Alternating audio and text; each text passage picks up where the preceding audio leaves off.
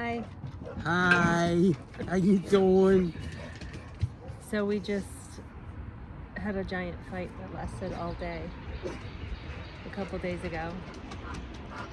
And my takeaway from it was that it was really dumb and irrelevant and a waste of our time.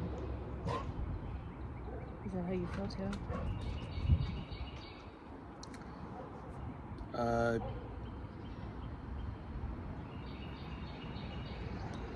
Yes and no. I mean, let's face it.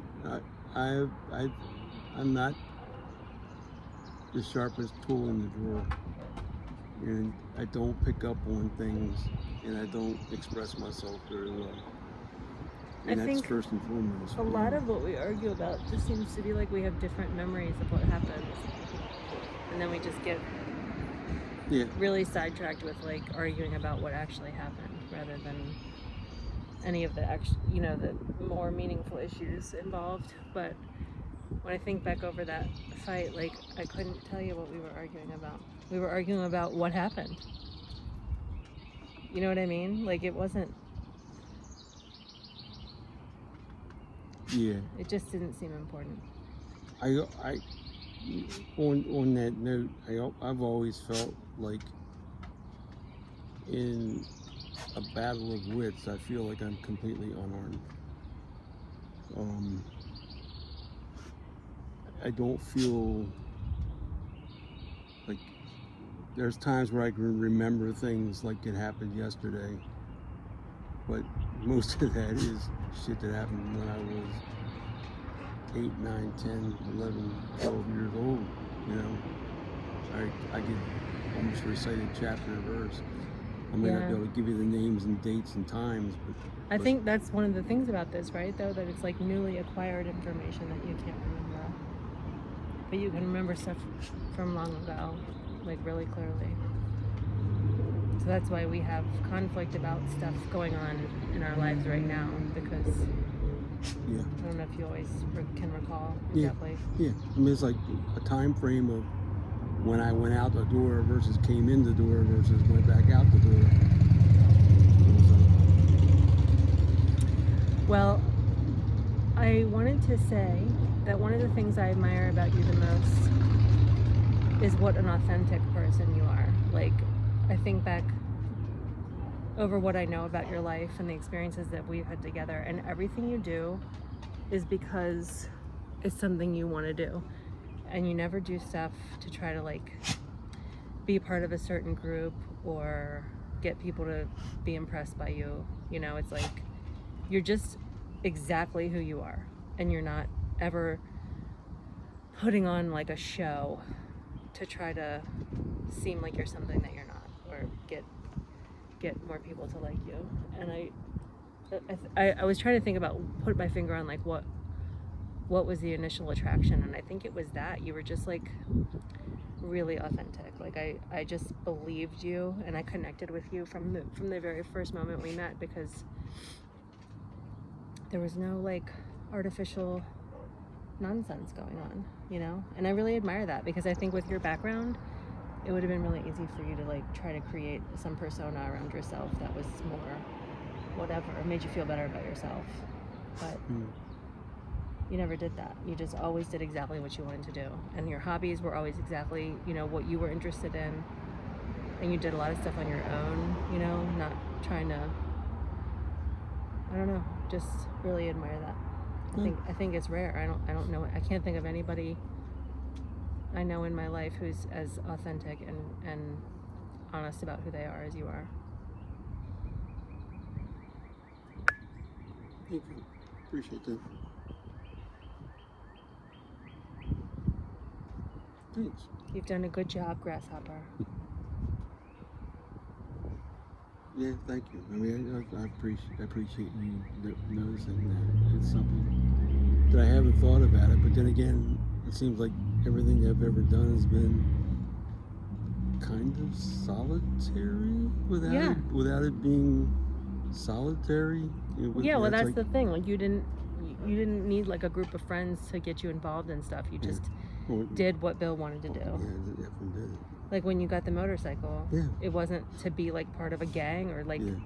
I was just like, what's aren't you? happening. What gang are you in? I'm going, the gang of me. Yeah, Gang of you weren't trying to moi. like be affiliated with anything. Yeah, I You don't were just want like, to. Yeah, it's like, yeah, it didn't even think about that. I guess maybe that is like, there's something making noise under the deck. It's like, Do you hear that? is it only a cat? Maybe we're about to get a Dramatic dramatic crime on video. Accented. All right, well, hopefully we'll all survive this. Ozzy will go investigate. He'll keep us safe. Just kidding. I mean, scuba diving. It's like, Right. Scuba diving, volunteering at the aquarium, yeah. the motorcycle, you know, just all the things that you've done have been just 100% what Bill wanted to do. And I just like really respect that. I mean, I went to the gym by myself. There was other guys that palling around with here and there. We'd go out and have a beer, but for the most part, I went to the gym when I wanted to go to the gym or when I had time to go to the gym.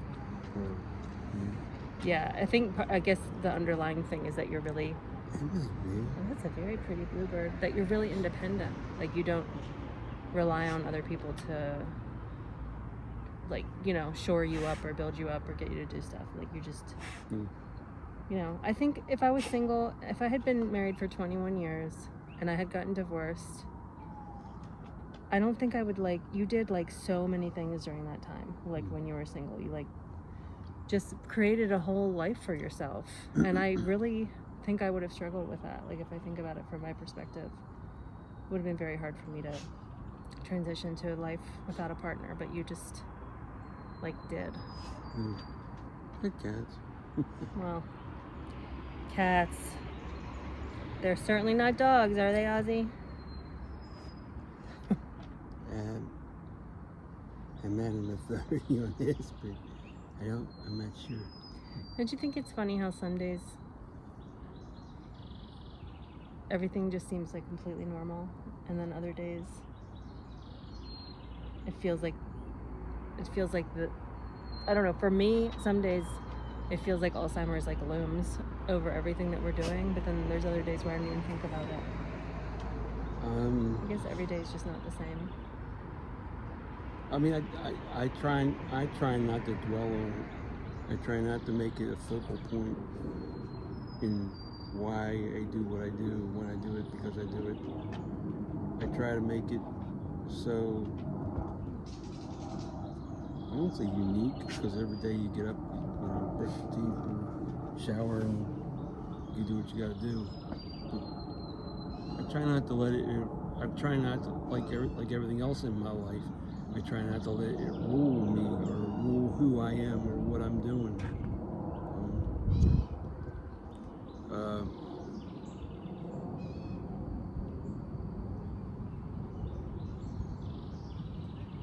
And it's not getting you down. I have my moments, but for the most part, no. I mean, for the most part, it's just like You always just take. I get frustrated with shit because Yeah. I can't, because it doesn't make sense, or it doesn't. Just things are not clear. That's another thing about your personality, is that you just kind of take what comes. Like, there's not a lot of like complaining or like sitting around and wondering whether, you know, you like it or not. You just like handle stuff as it comes to you.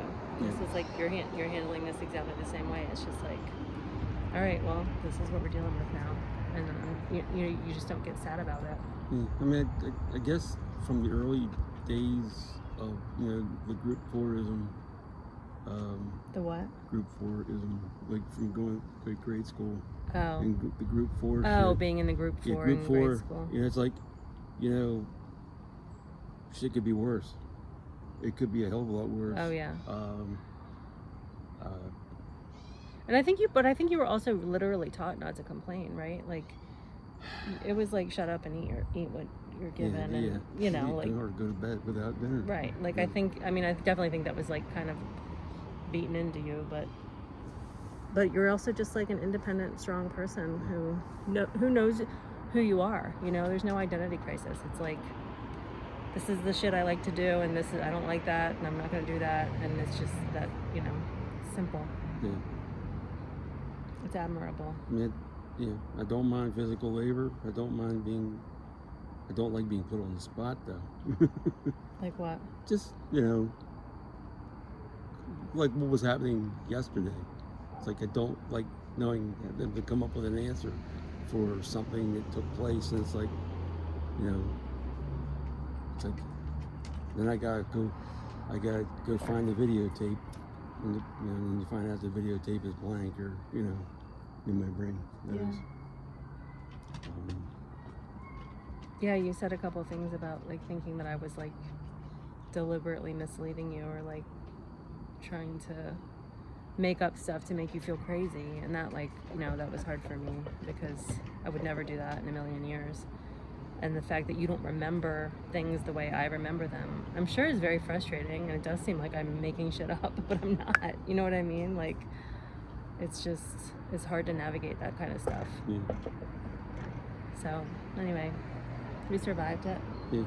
I mean, that's the one thing that I've found, and again, I guess it's a defense mechanism, or my way of resolving a resolution process of mine is like, all right, so you know this and you know that, but you don't know this, you know, and how to piece it together and make sense of it. And it's just like,